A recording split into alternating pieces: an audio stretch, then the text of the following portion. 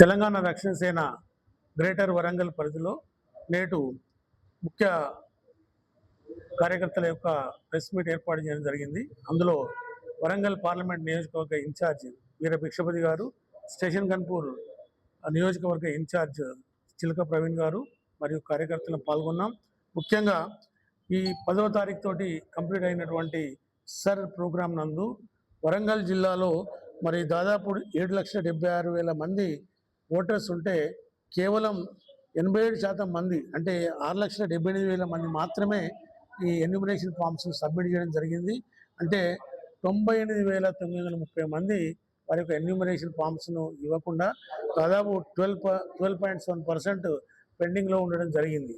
అట్లాగే హన్మకొండ జిల్లా వరకు వస్తే హన్మకొండ జిల్లాలో మొత్తం 5,09,014 మంది మరి ఓటర్స్ ఉంటే కేవలం 4,07,148 మంది మాత్రమే ఈ ఎన్యూమరేషన్ ఫామ్స్ను పూర్తి చేసి మరి దాదాపు 20% ఓటర్స్ నమోదు చేసుకోలేదు.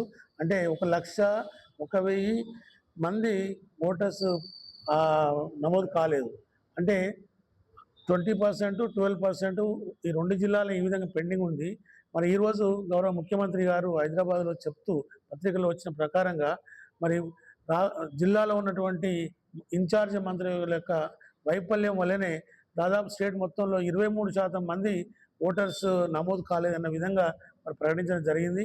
మరి వరంగల్ ఇన్ఛార్జ్ అయినటువంటి మరి గవర్నర్ పొంగులేటి శ్రీనివాసరెడ్డి గారు మరి దీనికి బాధ్యత వహిస్తూ ముఖ్యమంత్రి గారికి మరి వారు అన్న మాటకి మీరు కంపల్సరీ రిజైన్ చేసి వారి యొక్క చిత్తశుద్ధిని నిరూపించుకోవాల్సిన అవసరం ఉందని తెలియజేస్తున్నాం. వాస్తవానికి ఈ ఎన్యూమరేషన్ అనేది మరి ఓటర్లకు సంఖ్య ఎందుకు తగ్గింది? ఈ డిఎల్ఓలు సరిగా ఇంటింటికి విజిట్ చేసి మరి చెక్ చేశారా లేదా, ఎంకరేజ్ చేశారా లేదా అనేది కావాలి. అట్లాగే మరి పారదర్శకంగా వీళ్ళు సమాచారం అంతా క్రోడీకరించినా లేదా అన్నది డౌట్గా ఉంది.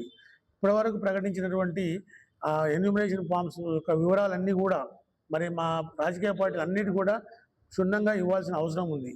రాజకీయ పార్టీలు కూడా కొంతమంది మోటివేట్ చేసినప్పటికీ కూడా మరి కాలేదంటే ఇది ప్రభుత్వం యొక్క వైఫల్యం. అట్లాగే రాబోయే కాలంలో కూడా ఈ ఎన్యూమరేషన్ ఫామ్స్ మళ్ళీ రీఫిల్ చేయడానికి అవకాశం ఇస్తామని చెప్తున్నారు. ఆ డేట్స్ ఏ రోజులలో ఎప్పుడు మళ్ళీ ఎన్యూమరేషన్ చేస్తారు అనేది మా విస్తృతమైనటువంటి ప్రచారాన్ని గవర్నమెంట్ నిర్వహించి మరి ఇప్పుడు ఉన్నటువంటి సంఖ్యను ఇంకా పెంచాల్సిన అవసరం ఉంది. ఈ విధంగా ఓటర్స్ తగ్గిపోవడం వల్ల రాబోయే కాలంలో ఇక్కడ గ్రేటర్ వరంగల్లో 88 లేదా 100కు డివిజన్లు పెంచుతూ ఉంటున్నారు. మరి ఈ విధంగా తగ్గినప్పుడు మరి డివిజన్లు తగ్గే అవకాశం, ఇంకా పెరిగే అవకాశం బదులు తగ్గే అవకాశం వస్తుంది. అప్పుడు అందరం కూడా డిసప్పాయింట్ అయ్యి సరైనటువంటి ఫెసిలిటీస్ లేకుండా ఇబ్బంది పడే అవకాశం వస్తుంది. కాబట్టి ప్రభుత్వం ముఖ్యంగా వరంగల్, హన్మకొండ 2 జిల్లాలపై కాన్సన్ట్రేట్ చేసి అందరినీ కూడా ఎన్యూమరేషన్ ఫామ్స్ నింపేటట్టుగా ఎంకరేజ్ చేయాలని కోరుతున్నాం.